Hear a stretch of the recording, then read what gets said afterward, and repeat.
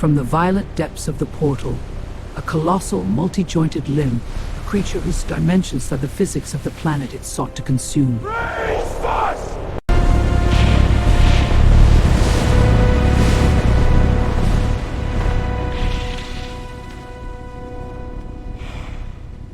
If they couldn't close the rift, the universe would fold in on itself. They had cracked the foundation, and now they had to hold the ceiling.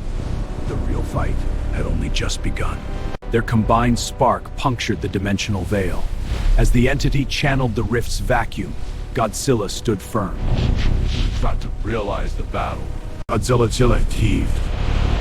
Just below me the crater threshold, and from the rift, a new gravitational pull began to bleed into the world.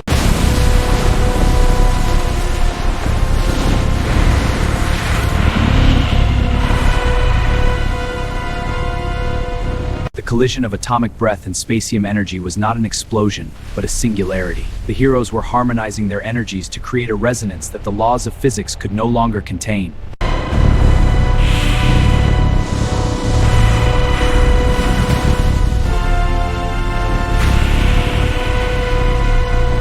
The heralds fought back with barbed tentacles and beams of antimatter that turned the sea to scalding steam. They were winning the initial skirmish, but the real Night Kong did not possess energy beams or cosmic powers, but his fury was a raw force of nature. Evoke that defied his leading herald's primary sensory cluster.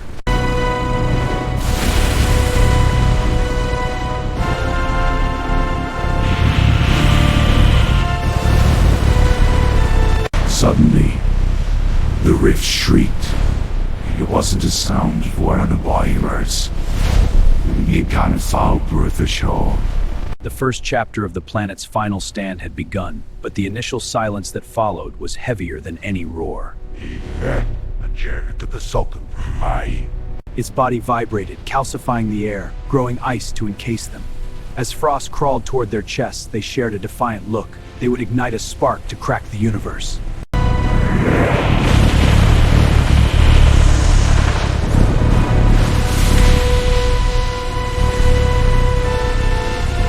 Ultraman's color timer began its rhythmic, ominous pulse. The red blink echoed the frantic thrum of the Earth's failing heartbeat. They were losing the battle of attrition. Beast and wing of the brightest shot within. It was delivering the shadow for these throat. They cast a shadow so dense it felt like a physical weight. The cold is not merely physical.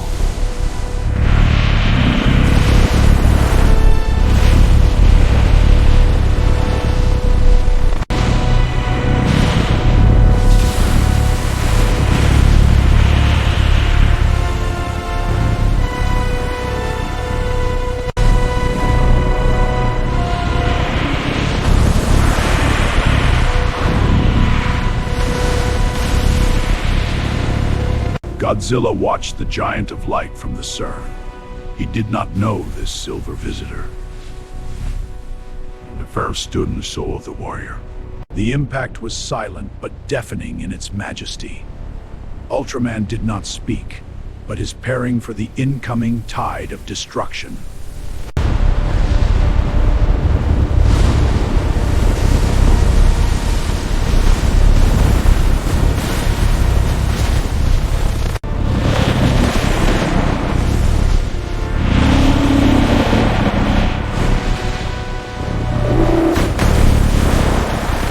Beneath the churning king of the monsters stirred. He was the planet's immune system, and he had detected a virus.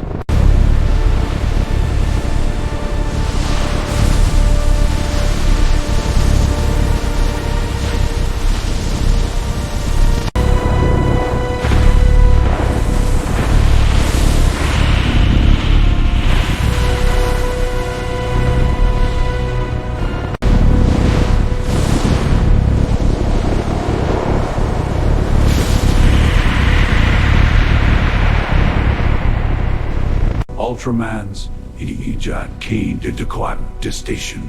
A herald of the station. It was a apartment. High above, the swirling clouds didn't just part, they shattered like glass. It's just a monster.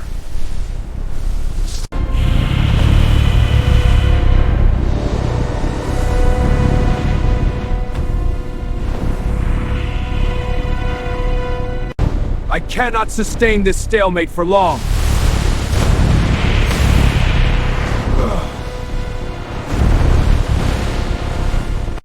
They are measuring one another.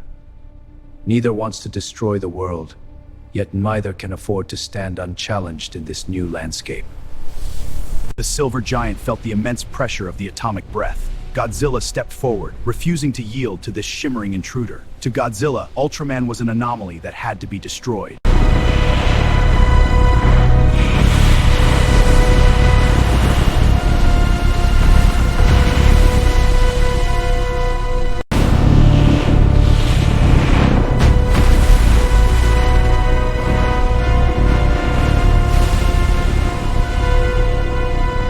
The city held its breath.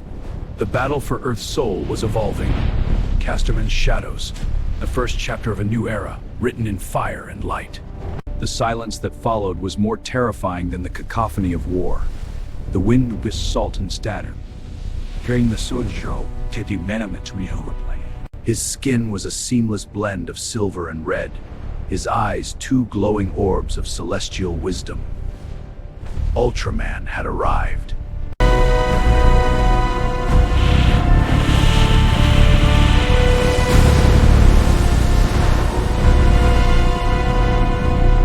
Suddenly, the clouds above the bay shattered.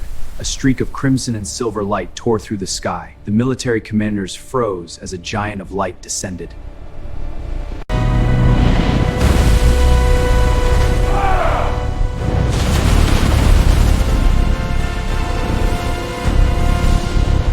The sirens wail as rambles flood the sea. The king of the monsters scanned the steel horizon. The skyscrapers were precious stones. The Bay of Tokyo was never truly silent, but tonight the rhythm of the waves carried a heavy presence.